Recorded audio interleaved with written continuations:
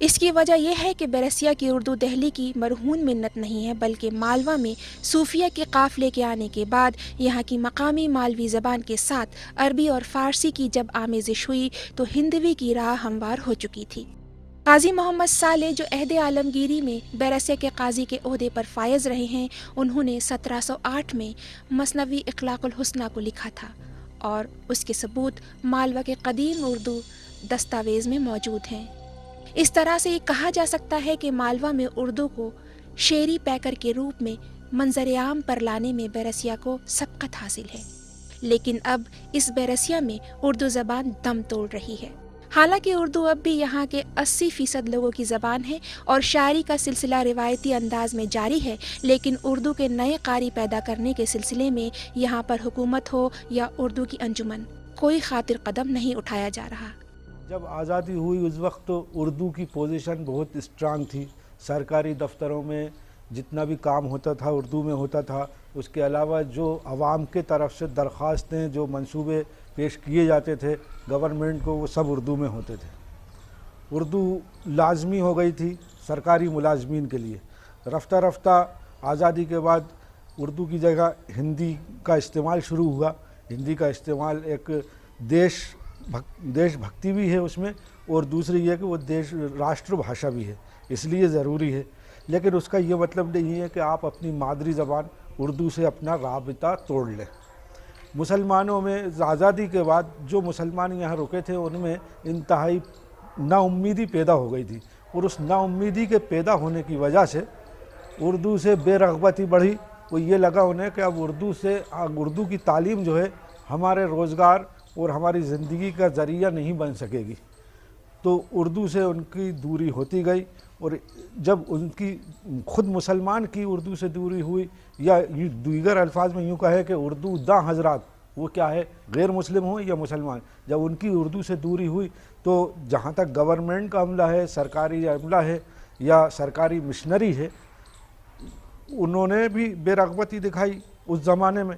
اس کا انجام یہ ہوا کہ دھیرے دھیرے سرکاری دفتروں سے اردو غائب ہوتی گئی۔ زبانیں اپنے چاہنے والوں سے آگے بڑھتی ہیں۔ مدھیہ پردیش میں اردو زبان کو فروغ دینے کے لیے دعوے اور وعدے تو بہت کیے جاتے ہیں، لیکن عملی اقدام آج تک نہیں کیا گیا۔ آپ اس بات کا اندازہ اس بات سے لگا سکتے ہیں کہ جس وقت مدھیہ پردیش میں صوبے کے قیام کے وقت 1878 اردو میڈیم اسکول تھے، اس وقت مدھیہ پردیش میں اب اردو میڈیم اسکولوں کی تعداد 128 بچی ہے۔ اگر حکومتیں اردو زبان اور اردو تعلیم کو لے کر سنجیدہ ہوتی تو صوبے میں اردو میڈیم کے اسکول کم نہیں ہوئے ہوتے، بلکہ ان کی تعداد میں اضافہ ہوا ہوتا۔ بیرسیا میں اردو جو کچھ بھی دکھائی دے رہی ہے وہ یہاں کے مدارس اور یہاں کے لوگوں کے گھروں میں جو تھوڑا بہت اردو کا ماحول بچا ہے اس کی دین ہے۔ یہاں پر اردو ذریعے سے طلباء تعلیم بھی حاصل کرنا چاہتے ہیں، لیکن کسی بھی حکومت نے آج تک ان کے مطالبات کی جانب توجہ نہیں دی ہے۔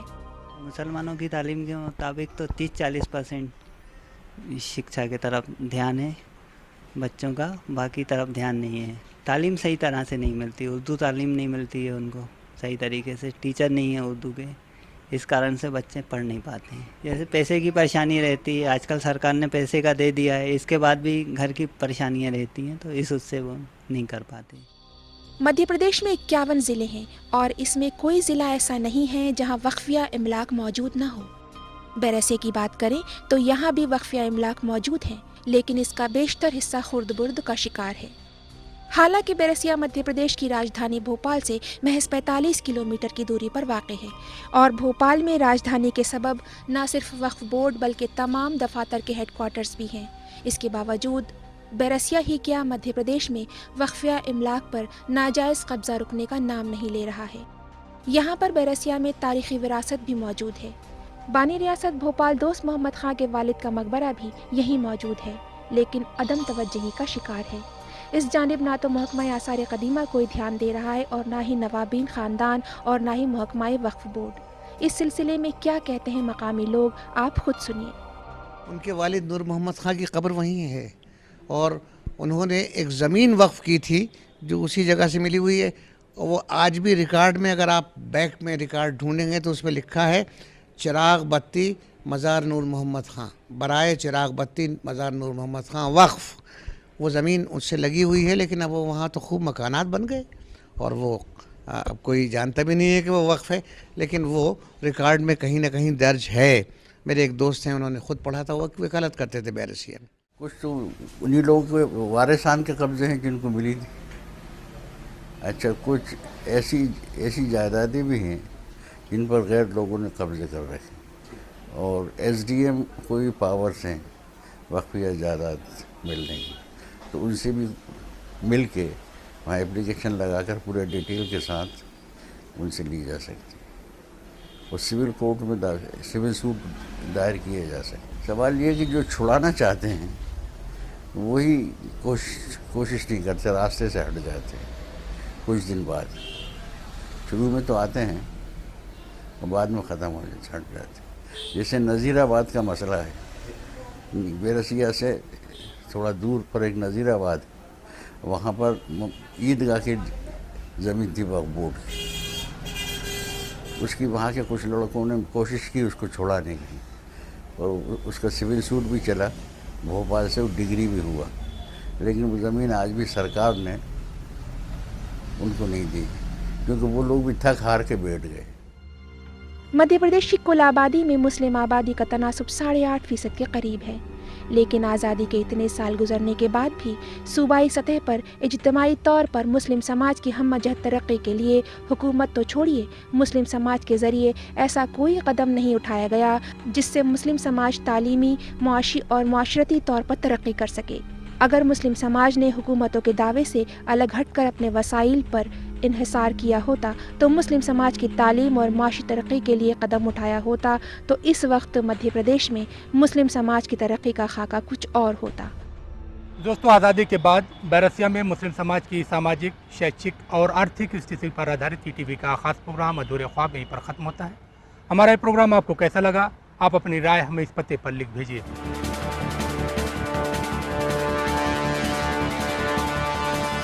دوستوں، ہمیں امید ہے کہ آپ نے ہمارا پتہ نوٹ کر لیا ہوگا۔ اگلے ہفتے پھر ایک خاص ایپیسوڈ ساتھ آپ کی خدمت میں حاضر ہوں گے۔ تب تک کے لیے ٹیم کے ساتھ مہتاب عالم کو دیجیے اجازت۔ آداب۔